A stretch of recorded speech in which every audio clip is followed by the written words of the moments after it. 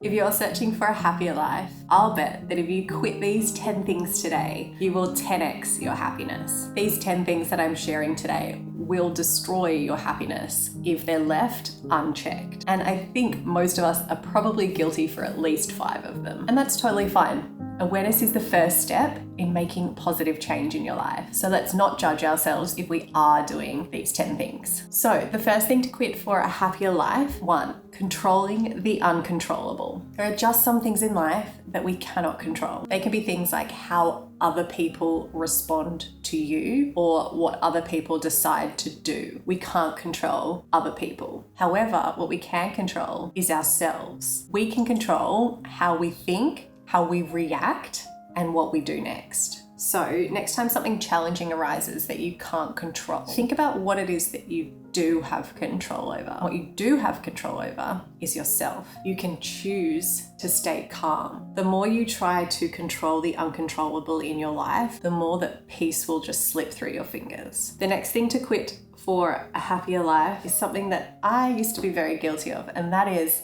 complaining. It sounds pretty obvious, right? If you've got nothing to complain about, then you've got a great life. But what I've gone to notice more and more is that a lot of people tend to complain about things that are just not worth complaining about. Quite pointless complaints. And the issue here is that every time you complain, that's where you're putting your energy, and you are wasting your energy on a complaint. You're then creating the energy all around you and within you as negative, and that's not conducive of a happy life. It was only a few years ago that I was a chronic complainer. I complained all day, every day. It was actually my language in everyday conversations. And it took a lot of awareness and patience within myself to notice that this was the type of conversation that I would lean to, and then to make a change. And I'm still not perfect at this. Like, I don't think anyone's perfect at this. Like, complaints still come quite naturally to me, but I'm way more aware of it, and I can stop myself before I complain. And after spending a long time aware of being a complainer and trying to eradicate that from my conversations, I now am naturally a more positive, optimistic person, and it's made me a lot happier. I'd like to say that there is a difference between getting in a huff and puff when you are in a long line at the post office waiting,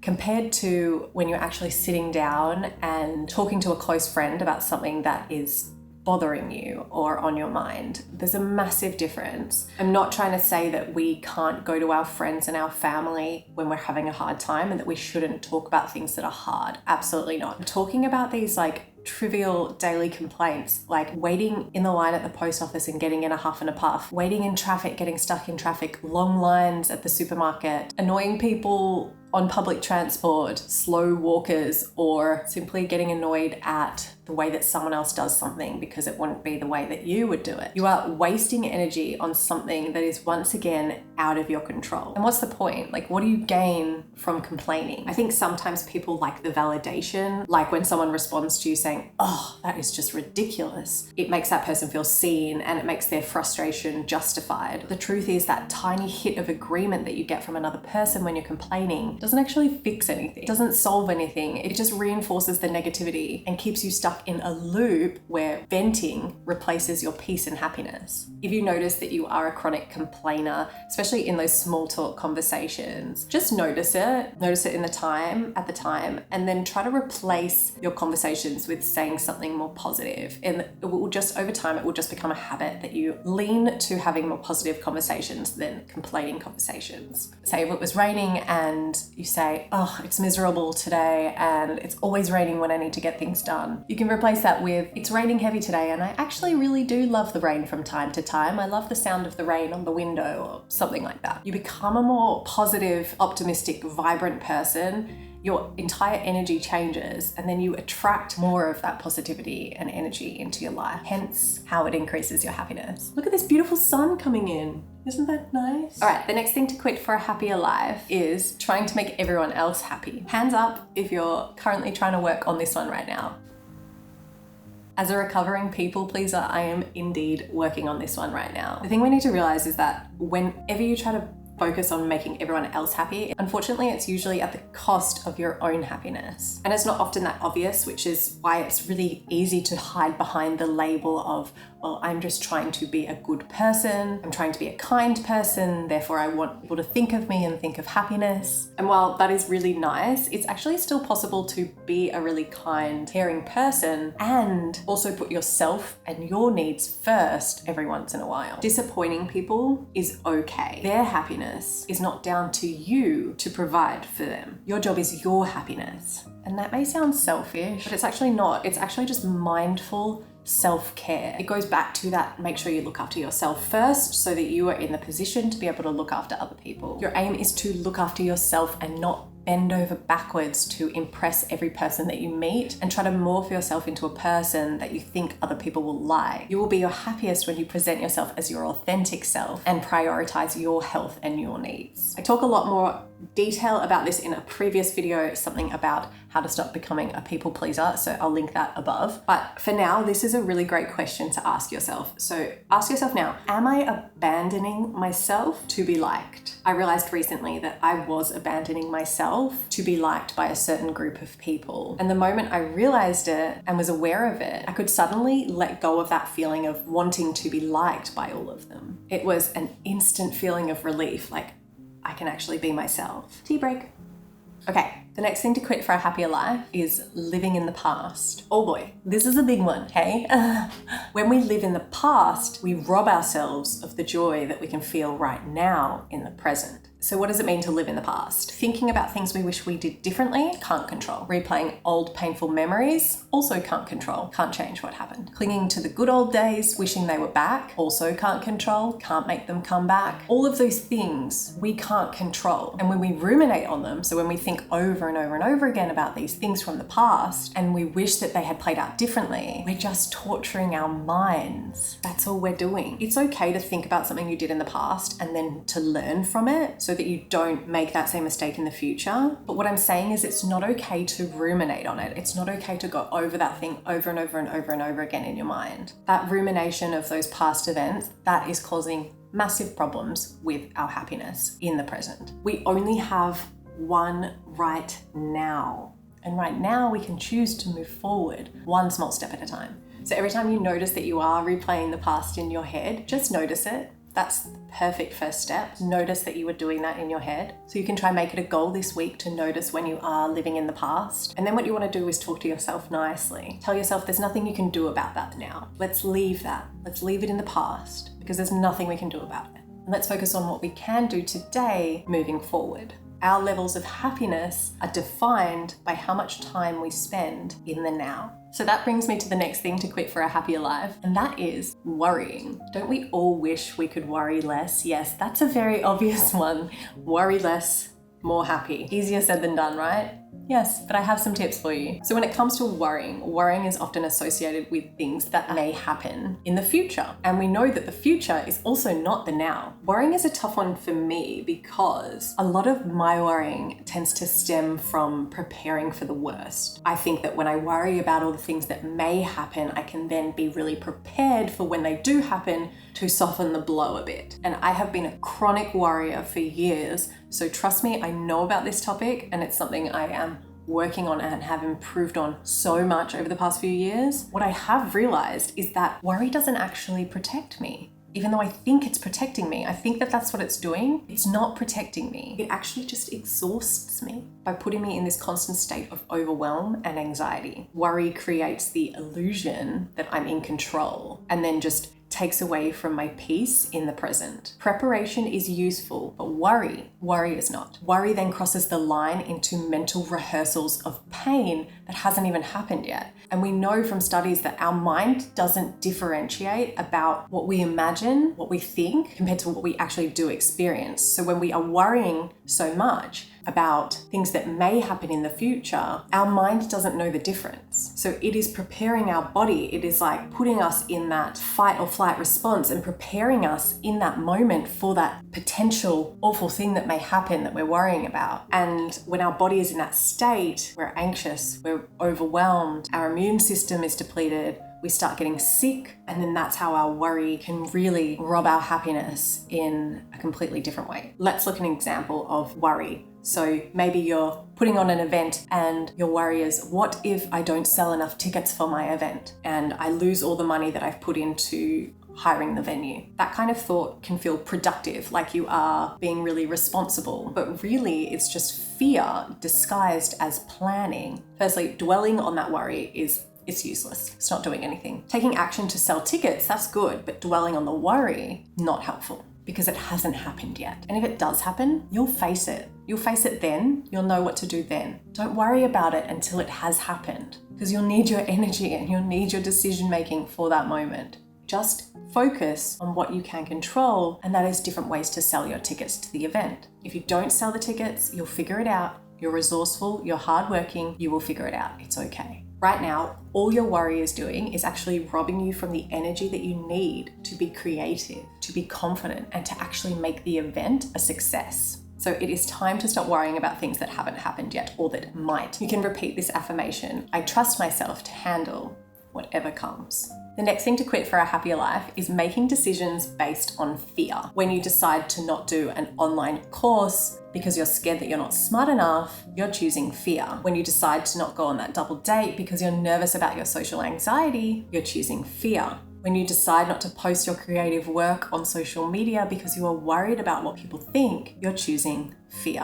Fear-led choices keep you small, stuck, and out of alignment with your dream life. Yes, things can be scary, but scary is okay. Take a deep breath and do the scary thing. Every successful person in this world has made decisions that were scary. They have chosen faith and love instead of hiding behind fear. When I'm scared to do something, I like to think of the worst case scenario. For example, I recently enrolled in an online diploma. Very exciting stuff. I'm back to being a student, and the fear inside me was saying, don't do it. You're not smart enough. And I know from doing a lot of self-awareness work that you're not smart enough is one of my limiting beliefs. It's something that has come from my childhood, from my entire life. It has held me back a lot in my life. And recently I just decided that I'm sick of it and that I'm not going to let this belief run my life anymore. So I thought, what is the worst case scenario? I enroll in this course and I don't pass. That's the worst case scenario. Okay, well, that would be annoying. Yes, I would lose my money.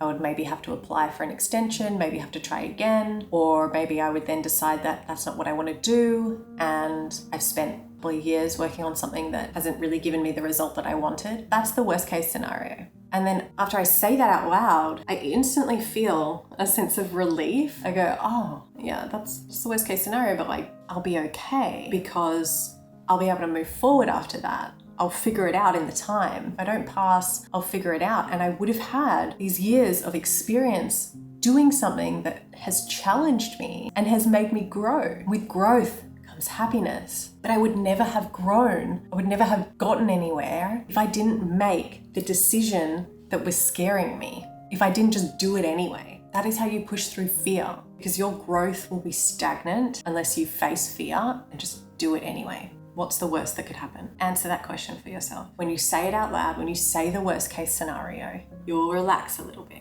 You will feel lighter and you will realize that it is not the end of the world. You will figure it out. You're in control. You're resourceful. You'll be okay. The next thing to quit for a happier life is one of my favorites, and that is negative self-talk. Do you notice the voice in your head? We all have a voice inside our head talking to ourselves. Sometimes you just have to slow down and be quiet so you can notice it. The way we speak to ourselves in our head sometimes can be very loud and obvious, or it can be a little more quiet and hard to spot. Think about when you get up in the morning and you go and have a look at yourself in the mirror. This is a really good time to practice noticing your self-talk, because often this is a moment where we say something to ourselves. We look at our appearance in the mirror and we say something to ourselves in our head.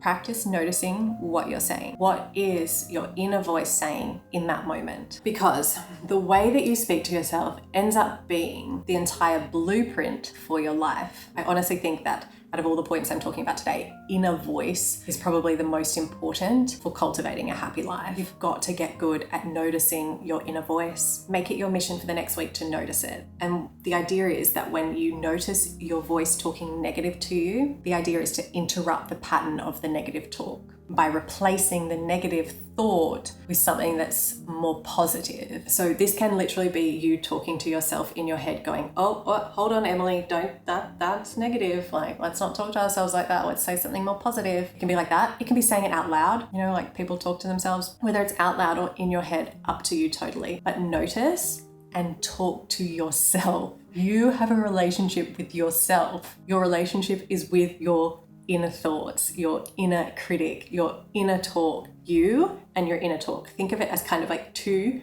separate things, and you guys have a relationship. When you hear your inner talk saying something negative, you say back to it, no, that's not right. Let's change that thought. Let's change that belief. So let's go back to the mirror, looking at yourself in the mirror. If you go to the mirror in the morning and you say to yourself, I hate what I'm looking at, and your inner voice is saying terrible things about your appearance, notice it.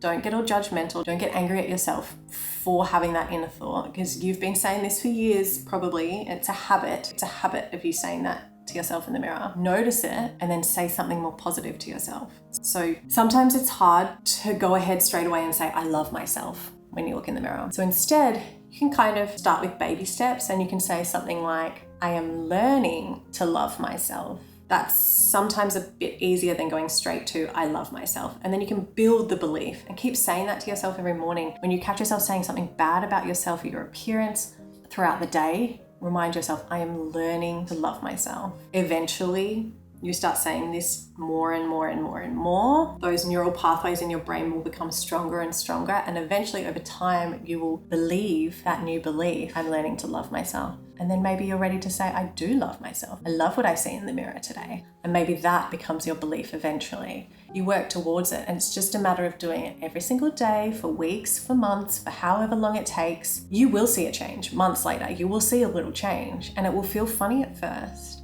but you just got to keep doing it. I have a video where I spoke about rewriting limiting beliefs, and I spoke about an analogy of and how the neural pathways work and everything. I'm not going to go into detail about that here, but I will link the video above, because it can be really helpful to understand how that works. Because when you understand how it works, you're more likely to try to change your thoughts and believe that your thoughts can actually change, because they can. You're not stuck with these thoughts that you think right now about yourself. You can actually change them. It's possible. And when you realize that it is possible and how it works, you're more likely to do the work to do it. So do watch that video if you're not convinced that you can change your thoughts. The relationship that you have with yourself is the most important relationship you have. So make it a good one for a happier life. The next thing to quit for a happier life is comparing yourself to others. Something that, once again, I'm really guilty of, and something that is just naturally so easy to do nowadays with social media. We have this little glimpse into so many people's lives. It's so easy to compare ourselves to everyone all over the world with different backgrounds, different incomes, different cultures, different beliefs. And we all know that comparison steals our joy. An example of comparison may be scrolling through social media and you see someone and you think, oh, she's my age and she's so successful. I must be so behind in life. This kind of comparison dismisses your unique path and then replaces inspiration with self-judgment. I found myself doing this a lot recently as I'm basically starting over again at 34. I'm studying again and trying to build a new career path for myself. So I look at other people my age and I think, wow, they are so far ahead of me. But then I bring myself back. I say I'm on my path, my unique path. And I like to remind myself of the quote, trust the timing of your life. I honestly don't think that I could be where I am right now without all the experiences and the ups and downs that I've had over my life. So I'm so okay with where I am right now, and trusting the timing of my life is really comforting. And I like to remind myself that when I do tend to slip back into those moments of comparison. I'm not sure if I need to remind you of this, but I'm going to anyway. Social media isn't real, or at least it's not the full picture. It's just a snippet. And sometimes that small snippet into someone's life is fake. So don't let that small snippet into someone else's life make you blind to all the blessings that you do have and rob you of your happiness. Your job is to focus inward and celebrate one thing that you are proud of each day, no matter how small it is. Just keep focusing on your unique path and moving forward. The next thing to quit for a happier life is letting outward circumstances dictate your joy. I recently saw a beautiful Instagram reel that so clearly describes this topic. It was a bride and groom on their wedding day getting caught in torrential rain, absolutely pissing down rain. and they decided to just dance in the rain and get super wet and muddy with their bridal party, and they had so much fun and they got the most beautiful pictures and videos from the experience, and they just embraced the rain and the circumstances that they had on their wedding day. They didn't let outward circumstances, the rain, dictate their joy. Another everyday example of this is, say you wake up in a good mood and then your toddler throws this crazy tantrum and then all of a sudden your day is ruined. Or you wake up in a great mood, then someone cuts you off in traffic on the way to work and your day is ruined. When you let external events control your internal state, you are teaching yourself to anchor your joy to the circumstances of your life. And unfortunately, we can't control these circumstances, like toddler tantrums and people cutting us off in traffic. It goes back to that idea of what we can and can't control. There's nothing we can do about it. So we can control how we feel and how we react to torrential rain on our wedding day. And you have the power to choose to not let it upset you and not let it ruin your day. I remember one of my first therapists once telling me that your whole day doesn't have to be ruined. It can just be a bad moment, not an entirely bad day. So now I'm like, okay, that was a bad moment, but it doesn't have to define my entire day. So your joy and happiness is actually built from the inside out. And that means learning to create peace and gratitude and perspective from within, regardless of what is happening around you. So how do you do that?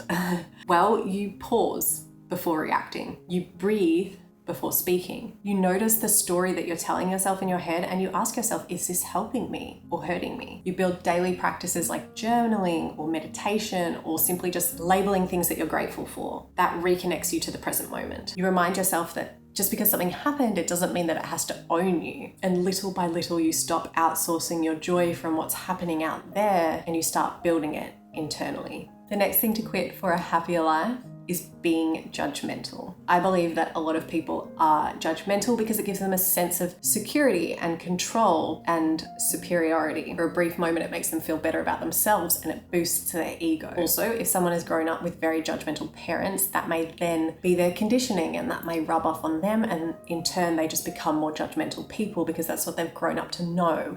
The thing is, judging others disconnects you from compassion and growth. It closes you off from understanding, learning, and connection. So your job is to switch judgment for curiosity. And to do that, you ask, what may I not be seeing here? So an example of this may be you enter a cafe and the barista seems really cold and unfriendly. Your first thought might be, wow, she is so rude. What is she doing in customer service?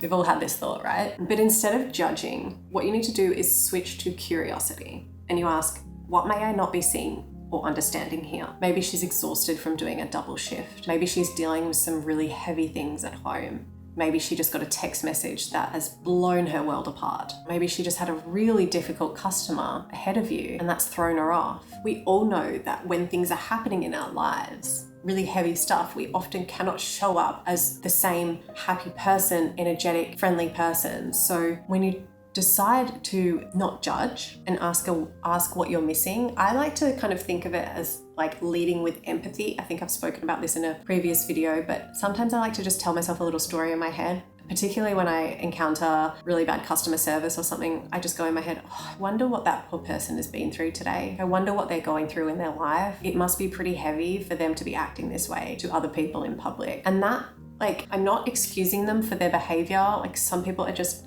freaking annoying people, but it makes me think like, wow, there could be more of a reason. There could be more of a reason, and it doesn't get me all like in a huff and a puff about this rude person that I've just encountered. And I feel lighter. I feel happier. I don't get so bothered by random people. And it's a much nicer way to live when you are less judgmental to people. So it doesn't excuse their behavior, but it just softens the reaction for you. And then it allows you to respond to that person with patience instead of anger and resentment. And that just makes you happier. And that is the point of this whole video. I'd love to know in the comments below, what will you be quitting today for a happier life? If you're into personal growth and inner work, please join me on this channel because that is what I talk about here. YouTube also thinks that you will like this video up on the screen now. Today, I am grateful for my toddler and his giggles. He's 3 years old and he just giggles. And every time he giggles, I swear, it's just like happiness beaming through my body. Very grateful for my little boy. I'd love to know, what are you grateful for?